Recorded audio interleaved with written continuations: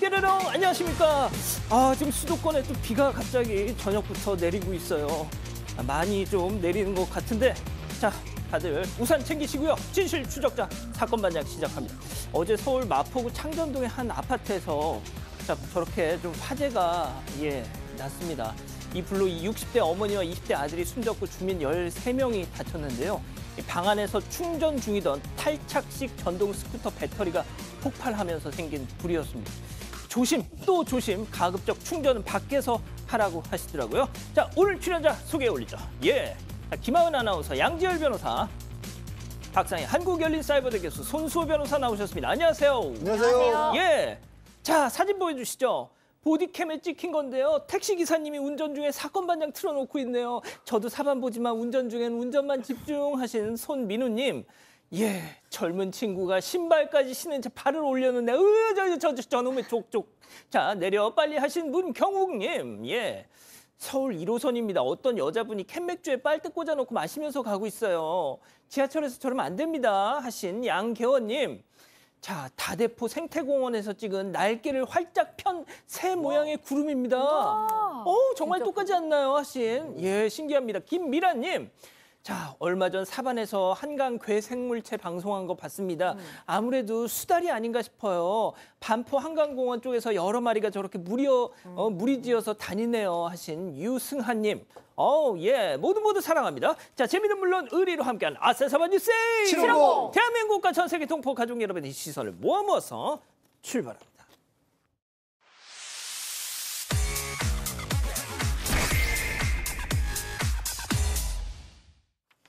첫 번째 가볼까요? 30주년에 만든 반쪽입니다. 박상희 교수님, 네. 후배 가수 김종국 씨가 데뷔 30주년을 맞아서 깜짝 발표를 했습니다. 네, 제가 같이 방송에서 뵌 적도 있는데 진짜 운동하는 거 좋아하시고 빨리 일 끝나면 운동 가고 싶다 그러셨는데 연애도 하셨군요. 네, 49의 나이에 결혼 발표를 해서 지금 많은 분들이 축하를 하고 있습니다. 데뷔 30년인데 앨범은 안 만들고 반쪽을 만들었다. 그래도 축하해 주시고 응원해 주셔라라고 전했어요. 팬카페에 직접 저렇게 손편지로 소식을 전했습니다. 그리고 결혼식은 가까운 시일에 크지 않은 규모로 조용히 치르려 한다라고 얘기하셨고요. 이제 곧 비공개로 하지만 결혼식을 치르시지 않을까 싶습니다. 자, 어떤 매체에서는 윤은혜도 송지효도 아니었다 이렇게 제목을 뽑았던데 자, 뭐가 됐든 대표 짠돌이라고 불리잖아요. 이번엔 지갑 좀 열리나요? 지갑이 좀이 아니라 크게 열린 것으로 보입니다. 올해 화제가 됐던 게 서울 강남 논현동에 있는 빌라를 샀어요. 근데 70평짜리고요. 여기 뭐 타운하우스라고 하죠. 매매가가 한 62억 원 가량 되는데 현금으로 탁 산 걸로 지금 추정되고 있습니다. 크게 한번 열었죠. 이 등기까지 마치고 현재 지금 살고 있다라고 하는데 같은 빌라에 장근석 씨나 이효원 씨 같은 연예인이 살고 있다고 합니다. 그렇군요. 좋습니다. 축하드리고요. 다음 이어가죠. 기분 나빠서 꽉입니다. 제보 영상 만나보시죠. 자, 엘리베이터에 탄 세 사람. 자, 바로 그때 남성이 내리려고 문 앞에 서자 옆에 있던 여성이 갑자기 머리를 콱 잡고 뭐야 이거. 그리고는 띵 높습니다. 엘리베이터 문 열리는데 황당한 남성이 여성을 쳐다보지만 야 일단 가자 저렇게 일행에 이끌려서 우선 내립니다. 그리고 탑승한 또 다른 사람들. 자, 그런데 가만히 있던 여성 갑자기 고개를 휙 돌리면서 머리를 또 휙! 머리가 왜 저래? 왜 저래? 자, 뒤늦게 상황 파악을 한 남성이요. 누가 내 머리 잡았는데 하지만 문이 그때 딱 저렇게 스르륵 닫힙니다. 왜 이렇게 남자 머리카락만 보면 정신을 못 차리지? 이게 화면이 좀 처리가 돼 있는데도 얼마나 황당했는지 다 느껴집니다. 지난 14일 강남 서초구의 한 학원가 건물에서 벌어진 일인데요. 여성이 지하 1층에서 엘리베이터에 타더니 갑자기 같이 탄 남성의 머리를 확 잡았습니다. 여기서 끝이 아니고 이후에 엘리베이터에 탑승한 또 다른 남성의 머리를 또 한 번 잡습니다. 제보자는 처음 머리채를 잡혔던 남성이 굉장히 당시에 당황했었다면서 여성이 아니라 남성이었으면 싸움이 났을지도 모른다 이렇게 전했습니다. 손 변호사님, 네. 가발인지 체크해 보는 겁니까? 예, 뭔가 좀 이상한 기운이 좀 느껴지죠. 네. 제보자에 따르면 이 여성 20대인데요. 이 건물에 있는 학원 다니던 수강생입니다. 그래서 학원 수업 끝날 때까지 기다렸어요. 1층에서 내려오는 이 여성을 붙잡고 도대체 왜 그랬냐 예. 물어봤더니 어. 답이 상당히 황당했습니다. 왜요? 아, 나를 기분 나쁘게 쳐다봐서 머리채 잡은 거다 라고 답을 했는데요. 결국은 사과도 듣지 못하고 그냥 마무리됐습니다. 아, 날이 확실히 더운 것 같습니다. 자, 다음 이어가죠. 쓰레기와 버린 양심입니다. 첫 번째 제보 영상 만나보시죠. 가게 앞에서 담배 피우는 저 남성. 자, 뽕차로 휙 바닥에 내던지고선요. 차에 우산 펴고 저렇게 탑승을 합니다. 자, 잠시 뒤 아하 조수석 창문에서 또 떨어진 커피컵 그대로 붕 하고 차는 출발합니다. 아우 정말 진짜 교양머리 없는 인간 같으냐고. 그러게요. 제보자분이 경기도 수원에서 고깃집을 하신다는데 이 제보자분 가게 앞에서 벌어진 일인 겁니다. 보신 것처럼 차 세워두고 인도로 나서 담배를 딱 피우고 나서 담배꽁초를 그냥 주저없이 버립니다. 그리고 차로 돌아가더니 커피 그 껍질 컵을 던진 거예요. 근데 커피가 들어있었나요? 안에 보면. 예. 결국 저 담배꽁초랑 커피컵 그다음에 앞에 물 쏟아진 거 다 제보자분이 치우셨다는데 저 차에 있던 사람이 동네 주민이래요. 아유. 유명한 사람이랍니다. 무단투기로. 근데 이게 동네에서 뭐 그렇게 소문난 사람인데 또 동네 사람이니까 혹시라도 보복할까 봐 이 신고는 못 하셨다고 하고 대신 사반에 제보하셨다는데 아니 같은 동네 살면서 다른 사람들 보기 민망하지도 않아요? 진짜 왜 그래? 그러니까요. 두 번째 영상 이어갑니다. 자, 건물 안으로 들어오는 남성 잘 보세요. 우편함으로 가더니 아이 광고 전단지 뭐야 이거. 자기 집 우편함 속 전단지를 다른 집 우편함에 쏙. 그런데 왠지 상습범인 듯. 자, 몇 달 전입니다. 똑같이 심지어 또 다른 집 전단지들까지 모두 쏙 빼가지고 쪽쪽쪽 한 집에 다 몰아넣고 있습니다. 굳이 왜? 날씨가 더워서 그런 건지 자 이번엔 경기도 군포시의 한 빌라에서 벌어진 일인데요. 이곳에서 30년 넘게 살고 있는 제보자가 작년부터 집 우편함 안에 전단지, 쓰레기 이런 게 자꾸 들어있는 거예요. 너무 이상해서 올해 1월에 집 현관 앞에 CCTV를 설치를 했다고 합니다. 그런데 범인, 이번에도 이웃 주민, 그것도 같은 빌라에 살고 있는 사람이었어요. 같은 빌라에 10년 넘게 거주해온 한 남성의 소행이었습니다. 본인 집 우편함에 있는 전단지는 물론이고요. 다른 집 전단지까지 일부러 다 꺼내서 제보자 집 우편함에 쓰레기랑 같이 넣어뒀던 건데요. 제보자에 따르면 남성과 큰 갈등이 있는 사이는 아니라고 해요. 그런데 제보자가 남성을 직접 만나서 물어봤더니 신고할 테면 신고해라. 한두 번 버린 것 같고 왜 그러냐. 도리어 제보자에게 화를 냈다고 합니다. 이 남성의 아내가 오히려 제보자에게 미안하다고 사과를 했고요. 제보자는 쓰레기 무단 투기로 남성을 경찰에 신고했고 현재 진정서를 작성한 상태입니다. 좋습니다. 자, 마지막 사연으로 이어가 보죠. 마트 계산, 카트 세치기입니다. 자, 집단 지성의 판단을 받아보고 싶으시다면서 제보해 주신 사연 함께 들어보시죠. 안녕하세요. 저는 평범한 30대 여성입니다. 얼마 전 남편과 함께 집 근처 대형마트에 방문했습니다. 장을 다 보고 계산대 줄을 서려는데 저희 앞에 한 여성분이 카트나 장바구니 없이 혼자 서 계시더라고요. 그분 뒤로 몇 분 동안 줄을 서고 있었습니다. 그런데 갑자기 뒤에서 다른 아주머니 한 분이 카트를 끌고 저희 앞에 끼어들려고 하는 겁니다. 알고 보니 앞에 있던 여성분과 일행으로 카트 없이 자리를 미리 점유해 놓고 있었던 건데요. 저희는 양보해주고 싶은 마음이 없었기 때문에 앞으로 가려고 했습니다. 하지만 그분들은 아랑곳 않고 끌고 온 카트를 저희 앞으로 끼워버리더라고요. 카트에 담긴 물건들도 한두 개도 아니고 한가득 들어있었는데 아무런 양해도 구하지 않고 이런 식으로 끼어드니까 정말 황당했습니다. 그래서 그분들에게 줄 설 때 카트가 기준 아니냐 뭐라고 했더니 글쎄 저를 째려보면서 그건 누가 정한 법이냐 맞받아치는 거예요. 그렇게 몇 마디 다투다가 결국 말이 안 통하겠다 싶어서 제가 그냥 먼저 계산하셔라 양보해줬습니다. 근데 그게 또 기분이 나빴는지 저희한테 고함까지 지르더라고요. 먼저 계산하고 가면서까지 저희에게 속이 좁다며 뭐라고 하시는데 결국 기분이 잔뜩 상한 채로 마트에서 돌아왔습니다. 억울하게 욕을 먹으니까 지금까지도 기분이 좋지 않습니다. 저희가 대체 뭘 잘못한 건가요? 자, 기다리고 기다리셨던 부처 핸즈업타임 6천여 분의 우리 가족 여러분들 채팅창에 OX로 함께 참여해보시죠. 먼저 상대방 여성입니다. 이 아가씨 진짜 웃겨. 우리 언니가 아가씨 앞에 한참을 서 있었어요.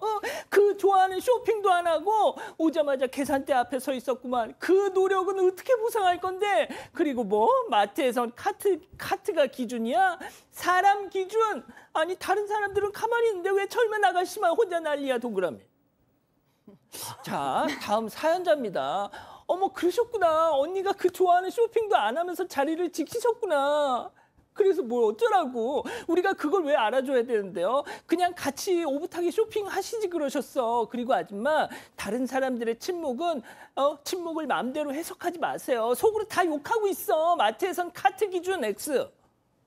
자, 손 변호사님부터 달려보겠습니다. 네, 뭔가 좀 사정이 있지 않겠냐, 뭔가 이유가 있지 않겠냐라고 좀 생각을 해봐도 이거는 뭐 떠오르지 않습니다. 그냥 자기 시간 아끼려고 한 거거든요. 이거를 봐줄 이유가 없다라는 생각이 들고요.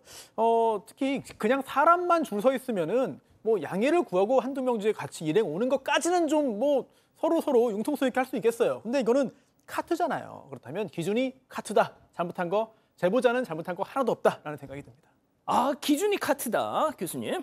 네, 기준이 뭐 딱히 법률이 있거나 마트 규칙은 없기 때문에 사실 뭐 기준을 딱 얘기하기는 어려운데 우리가 이제 상식적으로 생각했을 때 마트에 가면 어디에 줄을 쓸까 막 고민을 할 때 딱 보면 줄이 짧거나 계산을 물건이 조금 있는데 줄을 서게 되잖아요. 그러니까 이분도 보니까 저 여자분이 혼자 서 있었으니까 뭐 카트가 올 거란 생각은 별로 못했을 것 같고 계산할 게 되게 작은 거 한두 개 이렇게 생각했을 것 같아요. 근데 이제 그렇지 않고 어쨌든 양보를 해주셨으면 고맙습니다. 그러고 조용히 가셔야 되는데 거기에 대놓고 고래고래 소리까지 질렀다?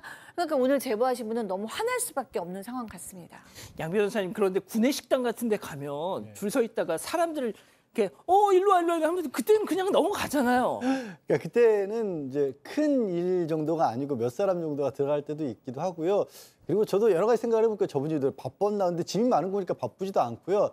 제가 사실 개인적으로 이제 우리 나라의 어떤 일반적인 문화 중에 제발 이거 좀 고쳤으면 좋겠다고 하는 게 자리 집착들이 많으세요. 그러니까 찜해놓고 어디 가서 물건만 놓고 뭐 물놀이 가서도 자리 잡으려고 수건만 한 장 깔아놓고 주차장에 뭐 갖다 놓고 지하철에서도 빈자리 빈 가방 먼저 던지고 저는 이게 이제 예전에 좀 우리가 힘들게 살았던 어떤 경험들이 있어서 그런 게 아닌가라고 개인적으로는 생각을 합니다만 이제 그러지 않아도 되는 시대 아닐까요? 조금만 여유가 있어도 될 것 같은데 뭐 얼마나 빨리 가시겠다고 그 주변 사람들에게 그런 눈살을 받습니까? 그러니까요, 김하은 아나운서. 저는 지금 댓글 많이 남겨주고 계신데 그중에 짜응님께서 주신 의견과 비슷합니다. 주차장에서 사람이 자리 맞는 거랑 같다고 봅니다. 카트가 와야죠 라고 하셨거든요. 그 주차장 빌런, 저희가 소위 이야기한 주차장 빌런이 사람만 서 있고 차는 안 오잖아요. 마트에서도 카트가 와야 계산할 차례가 맞지 않나 싶습니다. 그렇군요.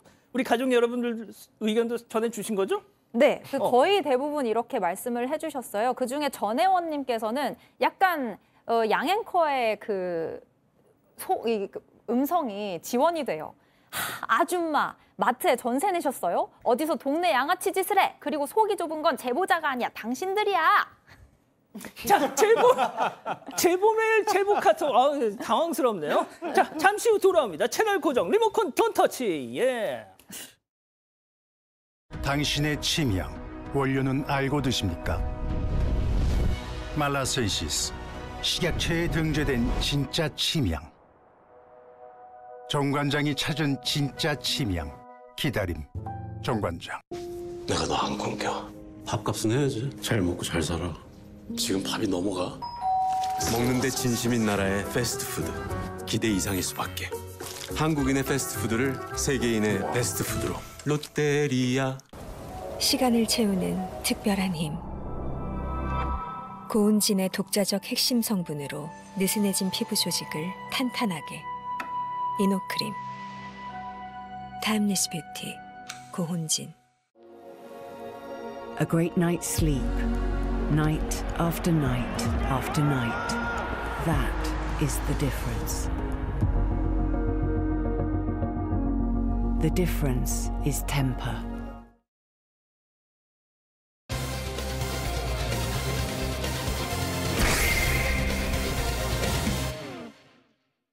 병역 기피로 23년간 한국땅을 밟지 못하고 있는 가수 유승준 씨가 유튜브 활동을 재개했습니다. 유 씨는 영상에서 네가 뭔데 날 판단하냐, 약속 다 지키고 사느냐며 의미심장한 발언도 했습니다. 4년 만에 복귀를 알린 유 씨의 근황을 알아봅니다. 예, 가수 유승준 씨가 앞서 보신 것처럼 본인 유튜브 채널에 영상을 올리면서 복귀를 알렸습니다.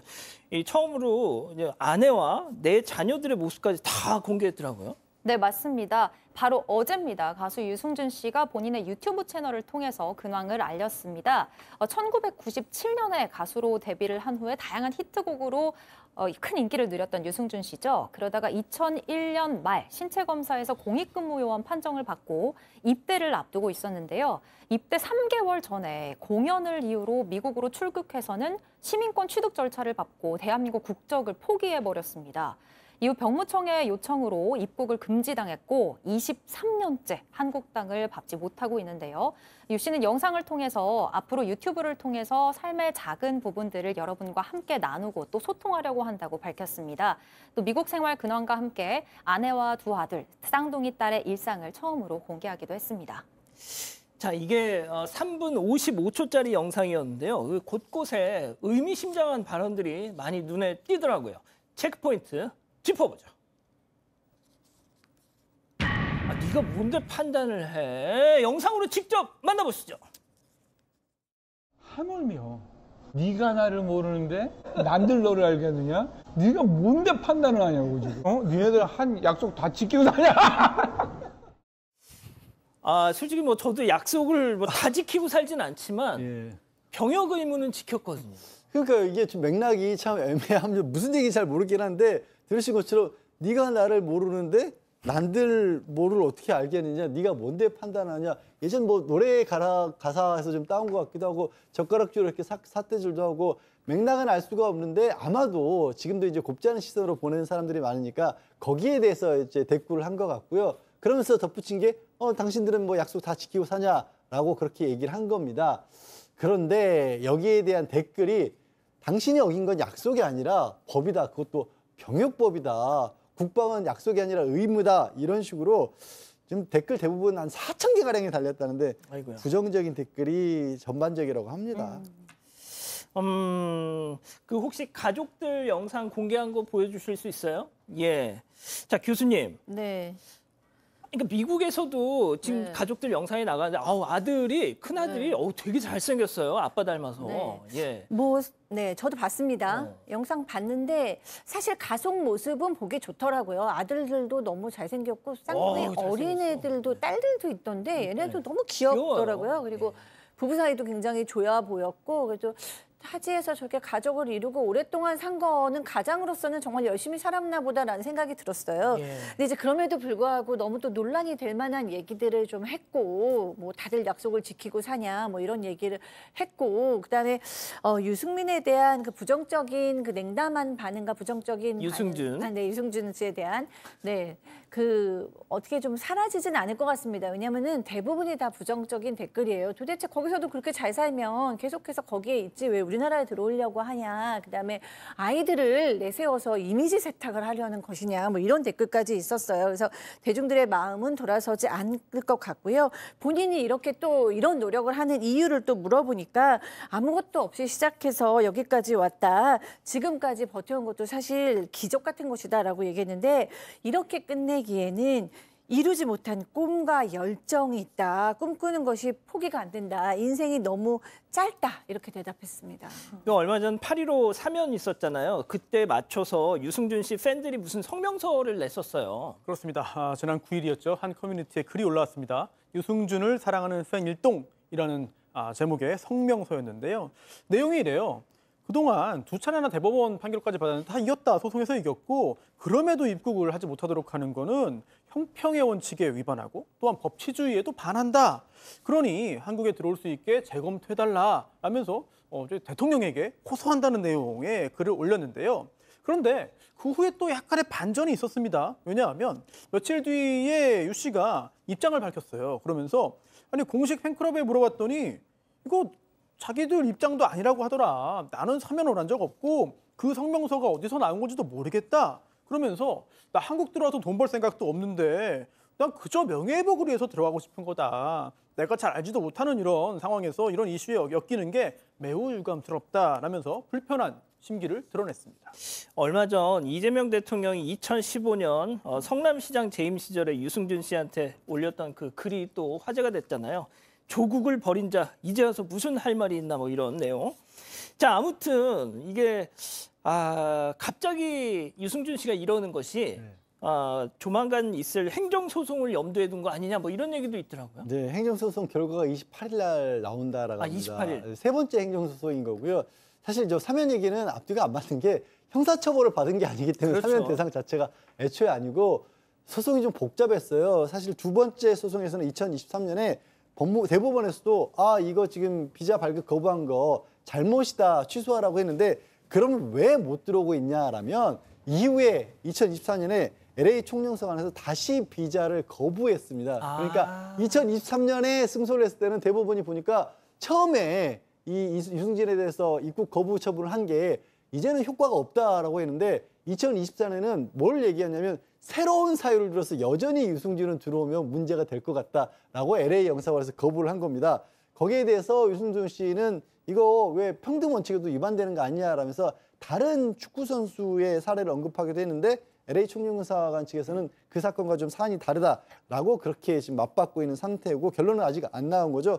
법무부에서는 뭐라고 하냐면 말씀드린 것처럼 예전 사건이 아니라 지금 이 사람을 받아들일지 말지는 법무부 장관의 재량에 있는 거고 그리고 이 부분을 유승준 씨가 좀 들어야 돼요. 예. 유승준이 계속 국민들과 언쟁을 벌이고 있다.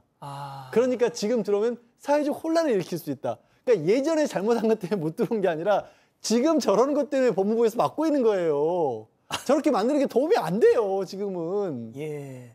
아니, 지금 제가 이 양 변호사님 말씀에 조금 공감이 가는 것이 저희가 초반에 유승준 씨 이제 이 가족 모습, 근황 같은 걸 전해드렸더니 사건 반장 정신 차리라고 저희 그렇게 막 저희를 또 비난하시고 계셔서 이게 참 논란이겠구나 만약에 이 양반이 들어오면. 제가 방송하고 나서 그 연예인 유승준 씨와 관련된 얘기를 10년째 한 1, 2년 만에 잊혀질만 하면 한 번씩 또 얘기를 하는데요. 매번 똑같은 얘기했습니다. 몇 년만 좀 조용히 있어봐라. 그래야 들어올 수 있다. 예, 예, 좋습니다. 첫 번째 사건 마무리하고요. 두 번째 이어갑니다.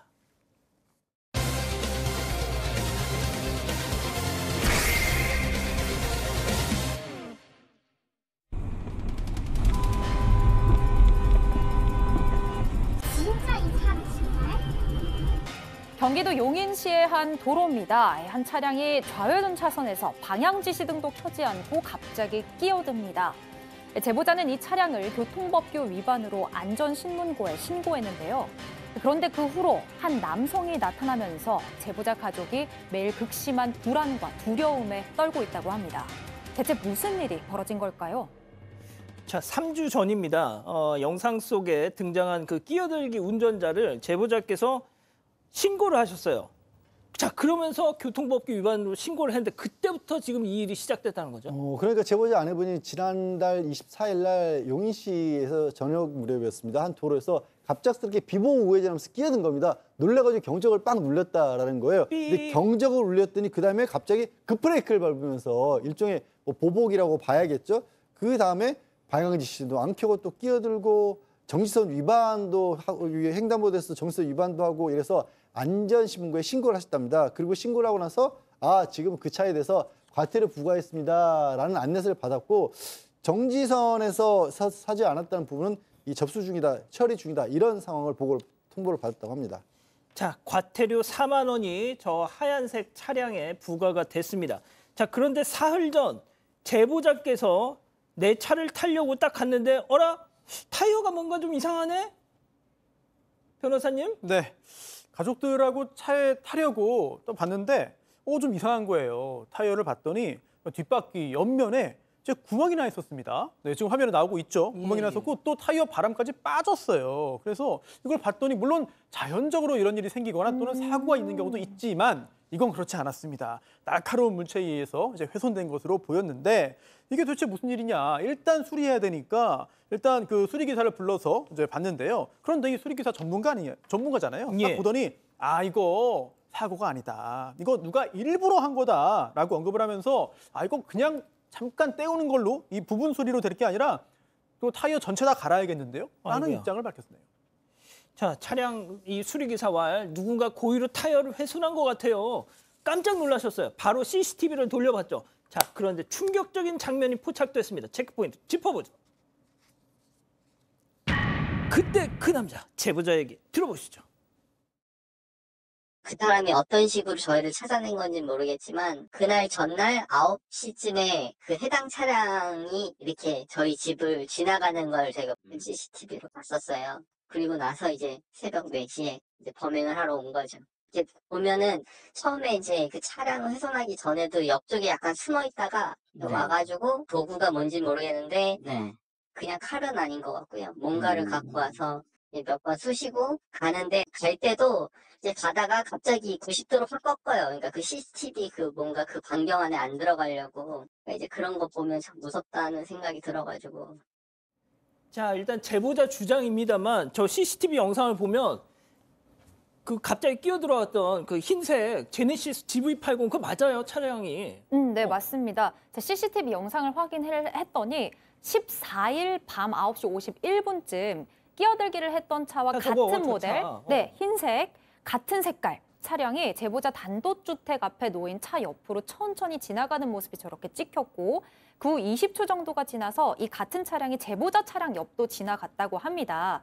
그리고 바로 다음 날 15일에 아까 들으셨듯이 인적이 드문 새벽 4시 41분쯤이었습니다. 한 남성이 주변을 살피는가 싶더니 저 그림자 보이시죠? 제보자 차량 옆으로 와서 저 긴 물체 보이시나요? 저 약간 뾰족한 날카로운 물체인데 타이어 하나를 찌르고 바람이 빠지는 소리도 그대로 들린다고 해요. 제보자의 아내가 이 보복운전을 당한 후에 옆으로 지나가면서 운전자의 얼굴을 봤었는데요. 마른 체형에 윗머리가 벗겨진 중년 남성이었다고 합니다. 그런데 이 타이어에 바람을 낸 남성과 인상착의가 똑같다고 해요. 그러니까 같은 사람, 동일인으로 보인다는 주장입니다. 자, 제보자 주장대로 동일인이 맞다면 자, 용인시 인구가 109만 명이랍니다. 어떻게 찾아낸 걸까요?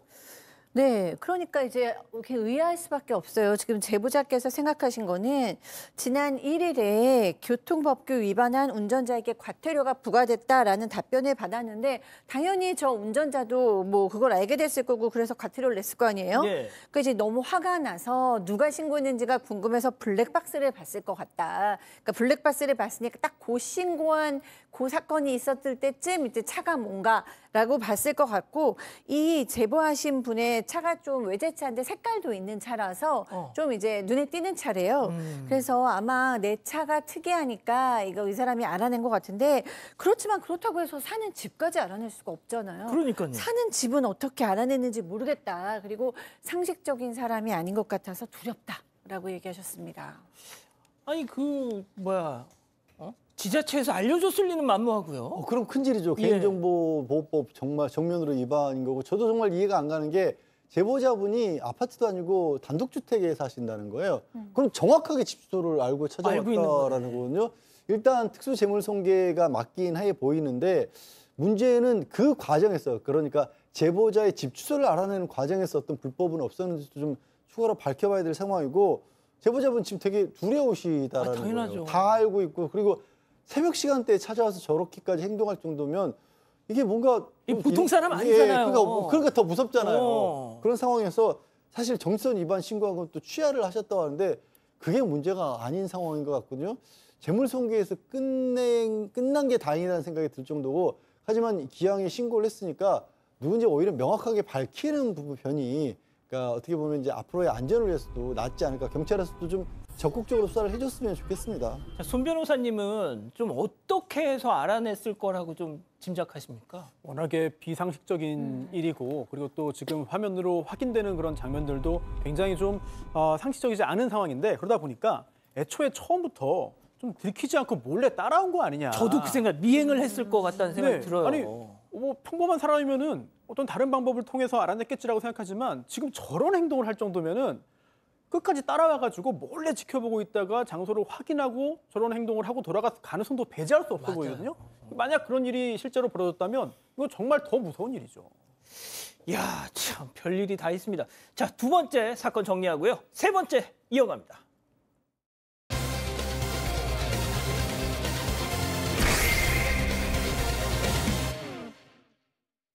한 모녀 손님이 테이블 위에 숟가락을 던지고 욕설을 했다는 사장의 제보가 들어왔습니다. 밥이 덜 익었다며 손님이 난동을 부렸다는 주장입니다. 당시 상황을 자세히 들여다봅니다. 자, 칼국수집 사장님이 제보를 주셨는데 사건의 발단은 이 곰탕을 시키면 함께 나오는 밥 때문이었다. 네, 그렇습니다. 사건은 8월 6일에 점심시간이 이제 조금 지난 시간에 밥 먹으러 온 모녀로부터 이루어졌는데요.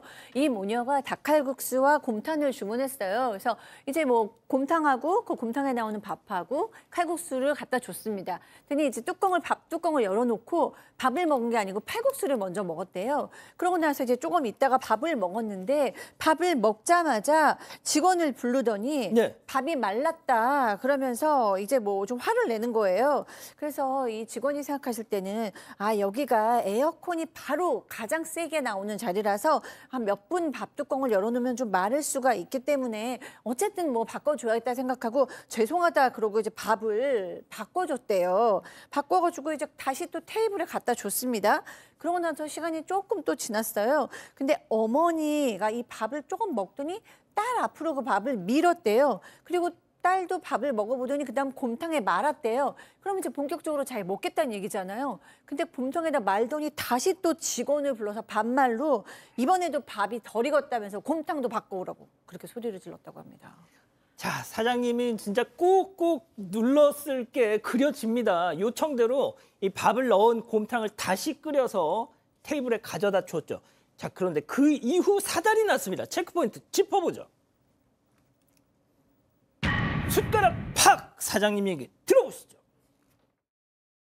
근데 여기가 에어컨 바람이 세서 그런 건 아닌가 생각이 드는데 너무 죄송해요. 맛있게 드세요. 그랬어요. 그랬더니 그 딸이 이러는 거예요. 그냥 못 들은 척을 했어요. 못 들은 척하고 그냥 자리로 갔어요. 자리를 갔는데 갑자기 수저가 되게 세게 던져지는 소리가 나서 나는 두 명이 던졌나? 혼자 던졌나 이 생각을 한 거예요. 딸이 던졌더라고요. 수저를. 상 위에다 던졌어요.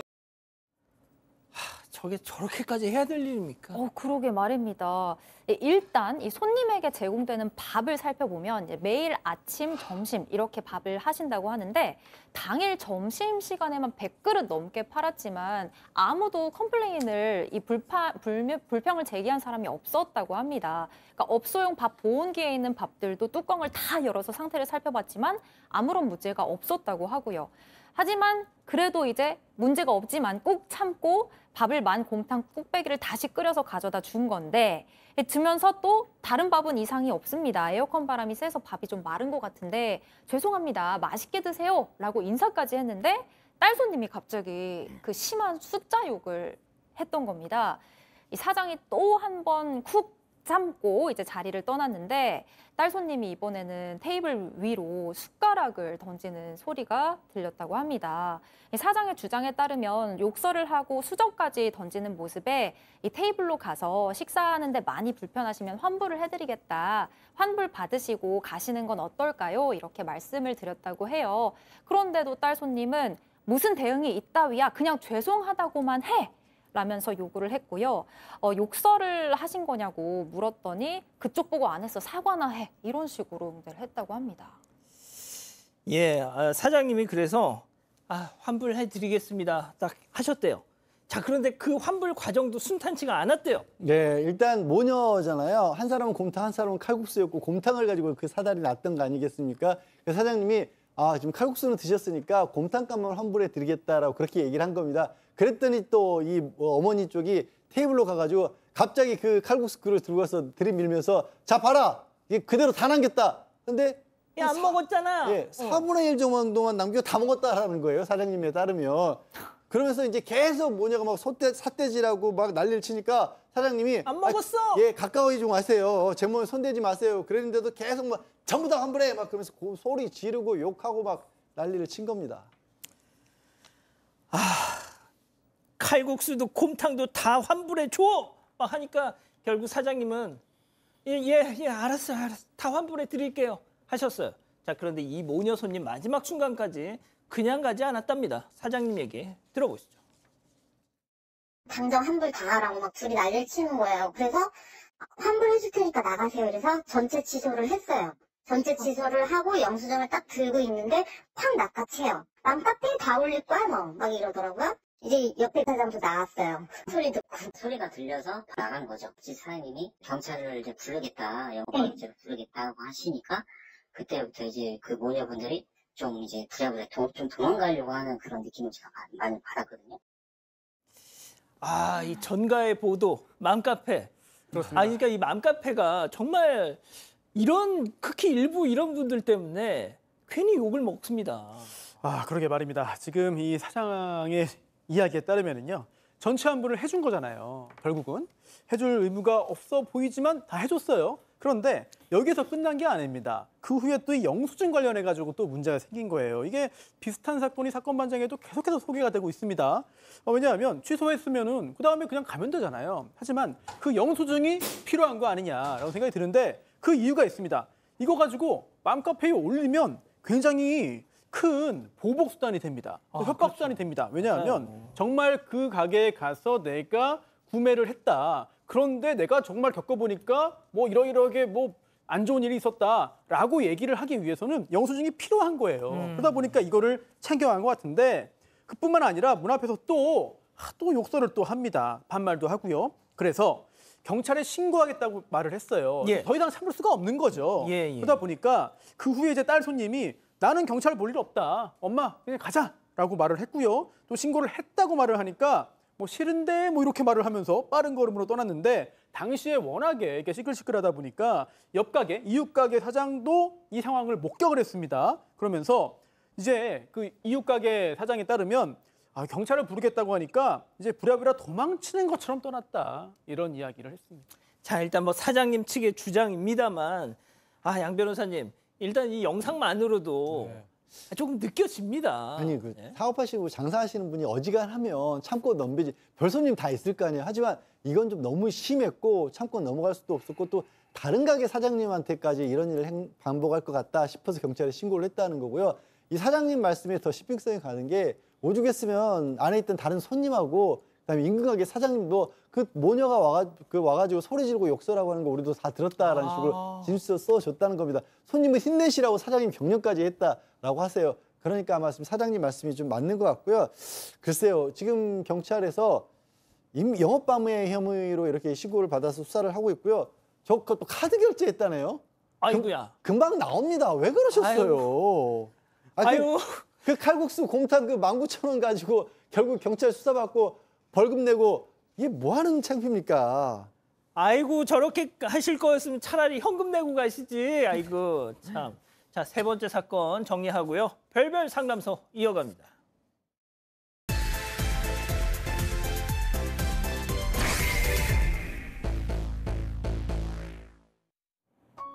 한 여성이 집안에서 물건을 내던지며 분노를 터뜨립니다. 이 모습을 남편이 휴대전화로 몰래 찍고 있는데요. 그러다 결국 들키고 맙니다. 잠시 뒤 경찰에 붙잡힌 건 아내가 아니라 남편인데요. 과연 이 부부에게 어떤 사연이 숨어 있는 걸까요? 오늘 이 사연 좀 집중해 주십시오. 오늘은 말이죠. 제 아내가 너무 무서워요라는 사방 가족분의 제보입니다. 네, 이 가족분은 이제 아내를 만난 지 얼마 안 돼서 아내가 좀 재촉을 해서 6개월 만에 결혼을 했답니다. 그런데 신혼여행 마치고 돌아오는 비행기 안에서 아내가 고백을 합니다. 사실 나 빚이 좀 있다. 근데 세상에 결혼 전도 아니고 신혼여행 마치고 오면서 네, 중요한 걸 비행기 안에서 얘기를 했다라는 거예요. 아유. 예전에 그 어머니 병원비 때문에 2천만 원 정도 빚을 졌는데 다른 가족들이 도움을 안 주고 있다라고 해서 사실 신혼여행 갔다 오는 길이잖아요. 이 제보자분이 가족을 위해 아내가 희생을 했구나 안쓰럽다 싶어서 그 빚 대신 갚아줬답니다. 효녀? 효녀처럼 보이지만 전혀 아니었습니다. 자, 하루는 제보자의 어머니, 그러니까 이 아내한테는 시어머니죠. 이 어머니가 병원 진료 때문에 이 제보자 집에서 하루 자야 되는 상황이었습니다. 근데 아내가 왜 굳이 우리 집에서 자냐, 모텔에서 주무시라고 해라, 거부를 하는 겁니다. 제보자가 간신히 설득을 해서 일단 어머니를 집으로 모셨는데 아내가 한 번이 두 번 되고 이러다가 이제 매일 와서 계속 와서 잘 거다라면서 본인이 나가서 집에 안 들어왔다고 해요. 아니, 시어머니 왔다고? 네, 맞습니다. 아이고야. 결국에 며느리 눈치를 보시던 어머니는 이제 병원에 가는 것도 아들한테 비밀로 하고 말씀도 안 하시고 아들 집을 피하셨습니다. 이 사실이 제보자의 형에게 알려지면서 이제 형제 간의 다툼도 있었고 집안 전체 사이까지 틀어지게 됩니다. 아, 진짜 형 입장에서도 화가 나죠. 도대체 재수 씨 관리를 어떻게 하길래 너 인마 뭐 이런 얘기를 했을 거 아닙니까? 네, 이렇게 형제 간의 갈등이 생기고 또 집안 분위기가 또 이제 어수선해지고 어색해지잖아요. 그러다 보니까 이 제보자가 이제 어디를 가겠습니까? 이제 처가를 간 거예요. 그래서 장모에게 이제 하소연을 한 겁니다. 그랬는데 약간 좀 불편한 기색을 보여요, 장모가. 그러다가 왜요? 결국은 굉장히 충격적인 얘기를 털어놨습니다. 알고 보니까 이미 처가에서도 이 아내를 내놨던 거예요. 사실상 절연을 했다 이미. 아, 효녀 아니었나요? 효녀가 아니라 오히려 정반대라는 이야기를 했는데요. 실제로 이 아내가 나 빚이 있다. 2천만 원 빚의 이유가 이제 예전 어머니 병원비라고 맞습니다. 얘기했잖아요. 근데 알고 보니까 이 장모는요. 나 아팠던 적이 없다. 이 치료비도 거짓말이라고 했던 거예요. 게다가 더 놀라운 사실이 있습니다. 근데 아내가, 그러니까 이 딸이 다단계에 빠져가지고 부모 돈, 또 여동생 돈 다 빌려가지고 못 갚은 상태였고 이래서 갚을게라고 했다가 그냥 갑자기 뜬금없이 결혼을 하겠다고 하면서 또 결혼 자금까지 달라고 했다는 거예요. 처음 들어보는 굉장히 충격적인 이야기인데 이렇게 부탁을 받은 장인장모, 친정 부모는 식장에 왔습니다. 마지못해서. 하지만 여동생은 근데 결혼식장에도 오지 않았던 거죠. 이야, 이 정말 거짓말 투성이었던 거죠. 자, 친정에 이어서 시댁을 넘어 이번엔 그 칼끝이 남편을 향합니다. 제보자 얘기 들어보시죠. 자기가 때리고도 112 신고를 해요. 말만 걸어도 신고를 하고 무조건 다 신고를 해요. 경찰이 오면은 가정폭력을 당했다, 아동학대를 했다고 얘기를 하는데 10번은 넘은 것 같아요. 저건 반발할 거다 느끼면 벌써 이제 112에 문자를 이렇게 쓰려고 준비를 하고 있어요. 자, 이 사기 결혼도 모자라서 이번엔 남편을 향해서 막 무고를 합니다. 네, 그러니까 이제 이 둘은 주말 부부 생활을 했는데 아내가 기분 나쁜 날이 되면 막 집에서 쫓아내거나 막 남편 나가라 그러거나 아니면 이번 주에 오지 말라 그러거나 그 남편을 좀 괴롭혔어요. 근데 이 정도에서 끝난 게 아니고 또 굉장히 심각한 일이 터졌는데 어느 날 경찰한테 연락이 온 거예요. 아내가 아동학대로 신고를 당했다. 라는 연락이었어요. 그런데 보니까 병원 진료를 받았어요. 6살 아들이 병원 진료를 받았는데 멍이 있으니까 의사가 신고를 한 겁니다. 그런데 이제 거기서 싹싹 잘못했다 그러고 이제 다시는 안 그러겠다 이래야 되는데 도리어 거기서 뭐라 그랬냐면요. 경찰 조사에서 경찰한테 내가 아니고 남편이 때렸다. 그렇게 얘기를 한 거예요. 허위 진술을 한 거예요. 나중에 이제 이 제보자하고 아내하고 같이 조사를 받으면서 일이 커지니까 그때서야 아내는 내가 때린 게 맞습니다라고 인정을 했고 우발적 실수였습니다라고 얘기를 해서 처벌은 받지 않았다고 합니다. 저게 끝이었으면 저희가 전해드리지 않겠죠? 그렇죠. 근데 이 당시에 아내가 우울증 때문에 딱 한 번 때린 거다 이렇게 울면서 사과를 했었고 그러니까 이런저런 상황을 고려해서 제보자가 직장을 아예 그만두고 집으로 돌아왔다고 해요. 그런데 아내를 가까이서 지켜봤더니 진짜 너무 충격적인 겁니다. 아내가 조금만 기분이 나빠도 아들한테 짜증을 내고 급기야는 남편한테도 손찌검을 하더래요. 결국 제보자가 진단 반, 경고 반으로 너 계속 이러면 우리 이혼하자, 차라리 이혼하자 이야기를 했고 아들만 데리고 1박 2일로 여행을 떠나게 됩니다. 그런데 아내가 또 신고를 해요. 근데 이번에는 남편이 아이를 폭행하고 납치했다고 허위 신고를 합니다. 아들이 아빠가 때리지 않았다고 진술을 했지만 받아들여지지 않았고요. 결국 아내의 말만 인정이 됐어요. 그리고 제보자는 사회봉사 처분을 받았습니다. 자, 더 기가 막힌 건요. 재판날 아침까지도 이 아내의 거짓말 멈추지 않았습니다. 제보자 남편 얘기 이어서 들어보시죠. 재판을 이제 받는 시점에는 상태가 나쁘지가 않았어요. 상환소도 넣고 경찰한테 잘 얘기를 했으니까 가서 잘 하고 와 이렇게 얘기를 하더라고요. 재판을 받으러 갔는데 증인으로 저희 와이프가 직대기 됐다는 거예요. 말도 안 되는 막 거짓말을 하면서 그냥 아침에 봤던 사람하고 봐도 또 다른 사람인 거예요. 좀 무서운데요? 그렇습니다. 도대체 왜 이러는 건가? 그 이유가 더 황당한데요. 나도 내가 왜 이런지 모르겠다. 이런 입장이라는 거예요, 남편에 따르면. 그래서 이 남편이 이혼을 결심하고 이제 아내의 학대 그리고 또 난동 장면들을 촬영하기 시작했는데 이거를 들켜가지고 오히려 폭행을 당했다고 합니다. 그런데 아내는 오히려 내가 맞았다면서 허위 신고를 했고 결국 양측의 어떤 고소가 계속해서 이제 이어지는 상황인데 예전에 사회봉사 명령 받은 게 있고 그리고 또 이 아내가 또 아이의 또 엄마잖아요. 그렇기 때문에 이번에 이혼 후에 양육권 관련해서도 불리한 결과가 나오지 않을까 제보자는 걱정하고 있습니다. 양 변호사님 이런 케이스 보신 적 있어요? 아니, 이렇게까지 지금 거짓말을 계속해서 반복하고 있는 거잖아요. 제보자에 따르면. 근데 문제는 이 경찰에만 허위신고만 100번을 했다라고 하면 그게 허위신고인지 아닌지를 분류하는 것 자체가 어려울 수 있어요. 모르겠습니다만 아내가 이런 부분을 의도적으로 노린 거라면 굉장히 지금 힘든 상황에 놓여 있는 것 같고 당시에 그 사회봉사 명령을 받고 그랬을 때 변호사를 선임을 해서 정확하게 대응을 하셨는지가 좀 궁금한 상황이거든요. 본인이 억울하신 거랑 이게 작심하고 뭔가를 만들어냈다라고 하면 되치기 당할 수가 있어요. 그게 억울하지만 바깥에서는 알 수가 없잖아요, 사정을. 좀 신중하게 이 부분은 대응을 하셔야 될 것 같습니다. 그리고 아까 촬영하셨다는 그런 증거들, 이게 처음 있는 것도 아니라는 부분, 그리고 지금 엄마기 때문에 아이의 엄마라는 이유로 지금 제보자분은 그 자기 얘기를 들어주지 않는다라고 주장하고 계시거든요. 혹시라도 변호인 선임 없이 그런 얘기를 하고 있으시면 선의에 기대서 말하는 것만 절대로 안 들어줍니다. 수사기관에서는. 그냥 객관적으로 제3자 입장에서 보기 때문에 좀 신중하게 접근을 하셔야 될 것 같습니다. 자, 교수님, 다중인격의 소유자인가요?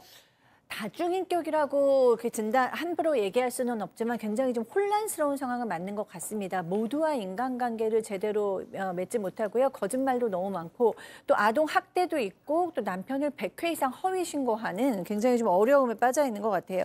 근본적으로는 본인의 불안이나 분노를 자기가 해결을 못하고 외부의 힘에, 그러니까 경찰이나 뭐 허위 진술을 통해서 외부의 힘에 의해서 자기 문제를 해결하려고 하는 것 같아요. 그 안에서는 굉장히 그런 어떤 피해의식이라던가 공격성, 뭐 감정 조절을 못하는 문제 이런 것들이 있는 것 같습니다.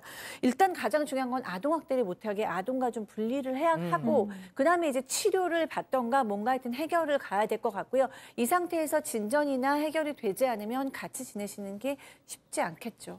예. 자, 별별 상담소 이렇게 마무리하고요. 글로벌 픽 이어갑니다.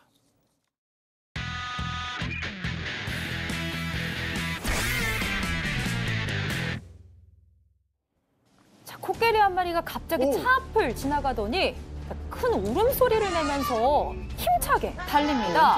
저딜저리 울면서 급하게 가는구나 했더니 남성을 쫓고 있습니다. 설마 발표? 도망치던 남성 넘어지기까지 하는데요. 그러자 코끼리는 가차없이 남성을 공격합니다. 자, 사실 이 모든 상황은 저 남성이 자초한 일이었습니다. 왜요? 제한구역에 무단으로 들어가 저 남성이 야생 코끼리의 사진을 찍다가 플래시를 터뜨린 겁니다. 네, 이에 놀란 코끼리의 공격으로 남성은 크게 다쳤는데요. 체포된 뒤 벌금을 물게 된 건 물론 자신의 잘못을 인정하는 영상까지 찍었다고 합니다. 이 정도면 아주 따끔하게 혼난 것 같죠? 자, 다음 이어갑니다. 한적한 도로 위로 오토바이가 지나가고 있죠. 그런데 잠시 후에 갑자기 쾅! 네, 다리 난간을 밀어버린 차가 아래로 추락합니다. 오토바이 지나가자마자 옆으로 쿵 떨어지는 아슬아슬 강으로 빠지려고 하는데 간신히 끝에 멈춰섰죠. 하지만 다행이라기에는 너무 처참하게 부서져 버린 차, 또 도로 위에 넓어진 파편, 현장이 너무나 참혹합니다. 설마 운전자는? 그런데 정말 다행히도 운전자는 다치지 않았다고 합니다. 다리 아래를 지나던 사람들도 간발의 차이로 모두 무사하다고 합니다. 자세한 사고 원인은 아직 조사 중이라는데 저 정도면 거의 다치지 않은 게 기적이라고 할 수밖에 없을 것 같습니다. 그러니까요. 다음 이어갑니다. 조용한 새벽 시간 문 닫은 가게 앞입니다. 누군가 서 있는 거 보이세요? 뒤쪽에? 그런데 요란한 소리와 함께 유리문 가운데가 뜯기고 발이 쑥 들어서 도둑이 입장을 합니다. 도둑! 그런데 한 발짝 디딘 그때 갑자기 숨어있던 어떤 남성이 확 몽둥이를 들고 달려갑니다. 자, 그러자 도둑은 들어온 곳으로 쏙 나가서 불이 났게 도망을 치는데요. 저 사람 뭐예요? 사실 가게 주인이 처음부터 몰래 지켜보고 있었던 겁니다. 침입하는 순간을 기다렸다가 몽둥이를 들고 확 덮치는 겁니다. 아쉽게 놓치긴 했지만 저런 사장님이 지키고 있으면 앞으로도 도둑에게 당할 일은 없을 것 같습니다. 아, 송 변호사님. 네. 저는 저 주인이라서 놀라서 도망간 게 아니라 귀신인 줄 알고 도망갔을 것 같아요. 아, 어쨌든 지금 뭐 잘못을 했는데 이번 일 겪었으니까 다시는 하지 않고 참회하고 뉘우치기 바라겠습니다. 자, 마지막 영상 이어갑니다. 자, 사람들 사이로 돌고래 한 마리가 불쑥 고개를 내밉니다. 사람을 피하긴커녕 배를 내밀고 그 사이를 헤엄치기도 하고요. 애교가 보통이 아닌데요. 아, 사람이 낯설지 않은가 봐요. 네, 그뿐만 아니고 남성의 뒤로 확 나와서 깜짝 놀래키기도 하고 다리 아래로 들어가서 남성을 등에 태우고 슝 헤엄도 칩니다. 아, 저 등에 태웠어. 네, 수영을 즐기던 중에 그야말로 간택을 받은 이 가족들은 안전을 생각해서 5분 정도만 놀고 돌고래를 먼 바다로 돌려보냈다고 하는데요.